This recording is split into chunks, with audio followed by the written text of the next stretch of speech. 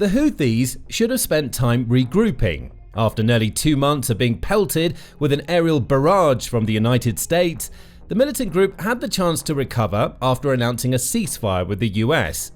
But that's not the case. Instead, the Houthis attacked Israel. Then this happened, a missile strike from Israel that obliterated 2 key Houthi ports. The crisis in the Middle East has just reignited after it seemed to show signs of calming down, and Israel has delivered a terrifying message to the Houthis. More is coming. It all started on May 4, just 2 days before the US officially announced its ceasefire with the Houthis.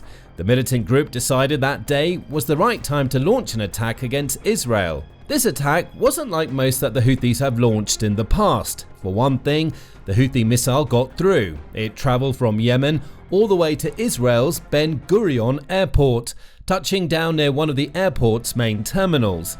According to Israel, the resulting blast injured 4 people, including 2 who were attempting to make their way to a shelter as air raid sirens blared in the background. The good news, at least for Israel, is that none of the injuries were serious and nobody was killed in the Houthi assault.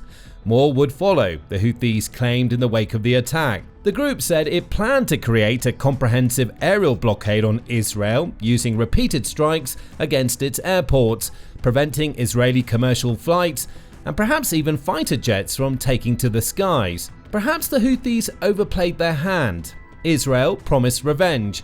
The country's defense minister, Israel Katz, made a threat in return. Anyone who hits us, we will hit them 7 times stronger. The country's prime minister, Benjamin Netanyahu, also linked the Houthi strike to Iran, claiming that the attacks emanate from Iran. He also made a threat. Israel would respond to the Houthi attack in due course and would even respond to Iran at a time and place of our choosing, according to Netanyahu. As for Ben Gurion, it was closed temporarily in the wake of the Houthi air raid, but reopened fairly quickly. Israel is also angry at itself. Usually, its Iron Dome air defense systems stop attacks like these in their tracks. It tried. Israel's Arrow air defense system, along with its US-made Terminal High Altitude Area Defense or THAAD batteries, attempted to blow the Houthi missile out of the skies. They failed, and Israel is still investigating why its much vaunted defense system failed to stop the Houthi missile. Now, beyond the injuries, the Houthi strike also caused a hole that opened up with a diameter of tens of meters and also tens of meters deep, according to senior police commander Yair Hetzroni. The Houthis managed to score a direct hit. Israel promised a retaliation. On May 16, Israel followed through on that promise. The Israel Defense Forces, or IDF, conducted a series of air raids that targeted the 2 key Yemeni ports of Hodeidah and Al-Salif, amidst claims that both are used by the Houthis to transfer weapons. Israel struck using 15 fighter jets from its air force, which combined to hit the ports with a barrage of 35 missiles. This was a clear statement of intent from the IDF. If the Houthis are going to hit their territory with 1 missile, they'll respond with a strike that's even stronger than the 7 times as powerful attack promised by Israel's defense minister. Israel's attack was so powerful that it's likely to force both ports into ceasing operations for at least a month, according to the IDF. Israel also claimed to have hit more international and central targets than the US struck a few weeks ago when it targeted the same ports. While the US attacks took out vital Houthi fuel stores, Israel's strike hit the ports themselves, striking terrorist infrastructure, according to an IDF post on X in the hours following the attack.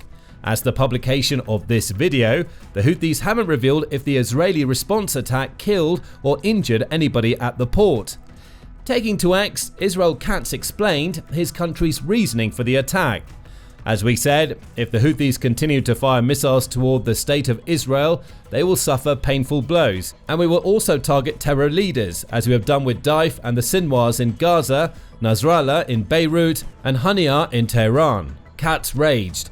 We will hunt down and eliminate Abdul Malik al-Houthi in Yemen as well. We will defend ourselves by our own strength against any enemy. In other words, Israel doesn't need the US to hit the Houthis hard. It's capable of doing that itself, going as far to take out the group's leader if it has to. The IDF also claims that it issued several warnings on the eve of the strikes against the Houthi ports and continues to warn anybody working at them that now is the time to do their jobs. Given the Houthis' use of these ports for terrorist purposes, the IDF again warns anyone present at the ports to evacuate and stay away from the area. Any hostile activity in these ports will continue to be prevented, claimed the IDF in a statement.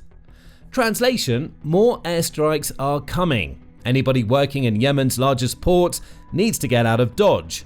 These latest Israeli strikes comes around 12 days after the Houthis attacked the Ben Gurion Airport, which leads to an obvious question. What took Israel so long to respond? Well, who says it didn't respond quicker? What was just seen at Hodeidah and Al-Salif aren't the first attacks that Israel has launched against the Houthis to retaliate for the Ben Gurion strike.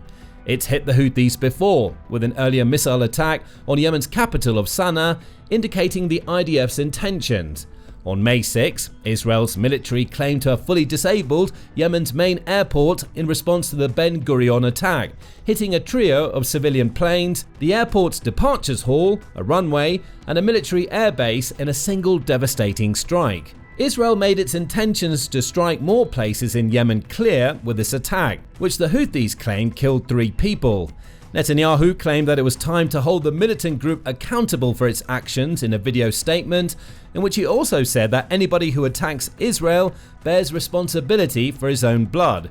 A day before, Israel had even carried out a wave of at least 6 strikes on Hodeidah, along with hitting a Houthi cement factory in an attack that supposedly included dozens of fighter jets from the Israel Air Force, or IAF. What happened on May 16 wasn't a warning shot. It was a continuation of a series of airstrikes Israel is conducting to shut the Houthis down for good in the wake of devastating US aerial assaults that have put the group on the back foot. The Houthis miscalculated. For some reason, they thought that they were safe to attack Israel as they negotiated a ceasefire with the US. The IAF just showed the group that they're just as capable of launching airstrikes that damage Houthi assets as the US has shown itself to be for the past 2 months. So it's clear that Israel has no intention of backing down from the Houthis. But here's why these latest strikes on Hodeidah and Al-Salif matter. Both are vital ports that the Houthis use to bring weapons into Yemen and control the country's people. Shutting down Hodeidah in particular is a massive win for the IDF. The port city has been under Houthi control since 2014 and has always stood as one of Yemen's most important commercial centers. Once the Houthis took the port, it transformed from one of Yemen's economic lifelines into a key hub for the aid flowing into the country from overseas. The Houthis took advantage of that status. Before the war between the Houthis and both the Arab coalition and Yemen's government broke out, Hodeidah was responsible for 80% of the imports flowing into Yemen. As of 2018, it had become the only port through which aid and goods could flow into Yemen, a status it maintains to this day thanks to a blockade of Yemen's borders and airspace started by Saudi Arabia. Control of that port gives the Houthis control of Yemen's people. According to The Independent, around 28 million of Yemen's people, accounting for a third of its population, depend on aid to survive. Of those 28 million, 8 million are in a position where their food is insecure, with the country teetering on the edge of a full-blown famine. That's ideal for the Houthis. Thanks to Hodeidah, they control who receives aid and when. That control can be used for multiple purposes. On the supposed humanitarian front, the Houthis can intercept aid flowing into Yemen and then distribute it to wherever they see fit, positioning themselves as the saviors of starving Yemeni people in the process. Aid becomes propaganda for the militant group. It doesn't take much for the Houthis to hide where food and materials have really come from as they attempt to use those resources to prop up their agenda. Of course, the Houthis can also use their control of Hodeidah to starve out other regions of Yemen. Even though the Houthis control Yemen's capital and have forced the country's official government into exile, they don't have full control over Yemen. They hold most of the country's northwest, from which the group runs a de facto government that prints money and collects taxes from the people. However, plenty of opposition to the group remains in the rest of Yemen, with the Houthi control over Hodeidah giving the group a mechanism through which they can weaken that opposition. Oh, and there's also Iranian weapons to consider. The main reason why the Houthis were able to launch a missile at Israel in the first place is that the group works closely with Iran. Many call the Houthis as an Iranian proxy, with Tehran using the group to exert its influence over Middle Eastern geopolitics. Since at least 2009, Iran has been smuggling weapons to the Houthis, most arriving via Hodeidah, to prop up the group's attacks against targets such as Israel. Those attacks have been plentiful. According to IMED, since October 2023, the Houthis have launched over 400 missiles and drones against Israel, along with carrying out more than 100 attacks on Western ships in the Red Sea. The group is doing all of this in support of Hamas, which is another Iran proxy, as the war between that insurgent group and Israel rages in Gaza. By taking out Hodeidah, even if it's only for a month, Israel cuts off the flow of weapons from Iran and cripples the Houthis' ability to control Yemen via the aid that flows into the country via its largest port. Then there's Al-Salif. Home to the port of Salif, Al-Salif serves a different purpose than Hodeidah. Where the former port allows the Houthis to control what comes into Yemen, Al-Salif is one of Yemen's key exporting ports. Bulk salt transits from Yemen to the rest of the world from Al-Salif, with that resource offering a lifeline to many of the country's people. In 2018 alone, Yemen exported around 100,000 metric tons of salt. Fast forward to 2022, and many in Yemen had come to rely on this semi-valuable resource. Arab News reported in 2022 that a group of 500 women was producing between 20 and 30 tons of salt every 3 months, with each bag being sold for $12. Those women earn $100 per month for harvesting the salt, with Al-Salif still serving as the port from which that salt reaches Yemen's customers. Plenty of similar operations exist in Yemen. By taking out Al-Salif, Israel has shut down a port that played a key role in keeping cash flowing into Houthi pockets. Add that to the fact that the port is also used to receive imports of foodstuffs such as corn and wheat, along with bulk materials, and it's clear why it became an IAF target. Israel has hit the Houthis in 2 places where it really hurts. The May 16 airstrikes have slowed the flow of aid into Yemen, removing a key form of leverage the Houthis have over the country's people. They've also stopped the Houthis from exporting one of their most valuable materials and ensure that shipments of Iranian weapons into Yemen will take much longer to reach Houthi hands. So, does this mean that Israel has taken the Houthis out? Far from it. The fighting will rage on, with both sides promising further attacks in the future. In fact, the Houthis have already followed through on their promises for revenge for the Hodeidah and Al-Salif port attacks. On May 18, 2 days after the IAF struck, the Houthis claimed to have fired 2 more missiles at the Ben Gurion Airport. Those missiles weren't as effective as the one the Houthis launched a couple of weeks earlier. The IDF says that it intercepted one of the ballistic missiles the Houthis fired at 2 AM, with the suggestion being that the second Houthi missile fell short of its target. Still, the attack achieved at least some of what the Houthis were hoping it would achieve. Air raid sirens sounded as the missiles came hurtling toward Israel, sending hundreds of thousands of people into shelters for the night. According to the Times of Israel, the missiles were just 2 more to add to the 35 the Houthis have shot at Israel since March 18, along with 10 drones. Many of those missiles have fallen short, with the majority that reach Israel being shot out of the skies. Still, the message from the Houthis is clear. Israel may have taken out 2 of the group's most important ports, but they haven't defeated the group. More missiles will come from the Houthis, and with time, the militant group will get its ports up and running again, ensuring a fresh supply of Iranian munitions into Yemen that the Houthis can use to target Israel. That assumes, of course, that Israel doesn't keep on hitting the Houthis. The odds are that it will, as Benjamin Netanyahu has said himself. In the wake of Israel's May 16 attack on Yemen's ports, Israel's Prime Minister warned that this was just the beginning, as we once again accuse the Houthis of being just a tool that Iran wields when it sees fit. We will not stand idly by and allow the Houthis to harm us, Netanyahu said. We will strike them with greater force, including at their leadership and all the infrastructure that enables them to attack us. Al Jazeera's Hamda Salhut says that this isn't an idle threat. Reporting from Jordan, the reporter claims that the Houthis have launched at least 34 different projectiles toward Israel since the 2025 ceasefire between Israel and Hamas broke down. Moving forward, Israel's policy will be to strike back. For every missile that's fired, they're going to be conducting these types of airstrikes, claims Salhut. Think about what that means. Israel's May 16 attack came after the Houthis launched one ballistic missile at Ben Gurion. The IDF's response was to send 15 fighter jets and fire over 30 munitions at key Houthi ports. On May 18, the Houthis sent twice the number of missiles flying at the same airport. While neither hit its target, it can be assumed that Israel is currently preparing an even more devastating airstrike in response. It's a tit-for-tat battle that can only end up damaging the Houthis more, as the group still reels from almost 2 months of daily strikes against its people and infrastructure conducted by the US. Speaking of the US, there's also the ceasefire between it and the Houthis to consider. On May 6, US President Donald Trump announced the end of the US campaign against the Houthis. Speaking during a meeting with Canadian Prime Minister Mark Carney at the White House, Trump claimed, "The Houthis have announced that they are not, or they've announced to us at least, that they don't want to fight anymore.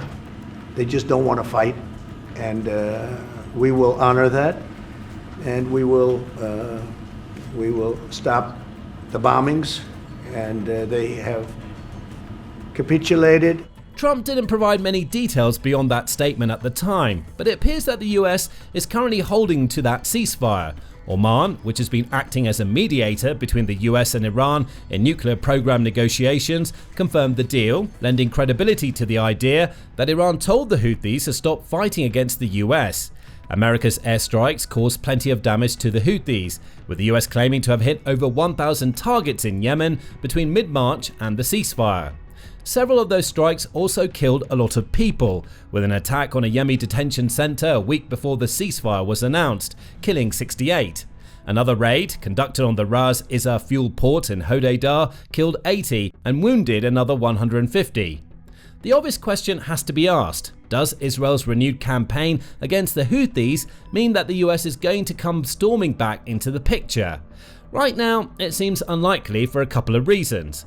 The first is that the US conducted its airstrikes as a response to the Houthis, claiming that they were once again going to start targeting Western commercial shipping vessels in the Red Sea.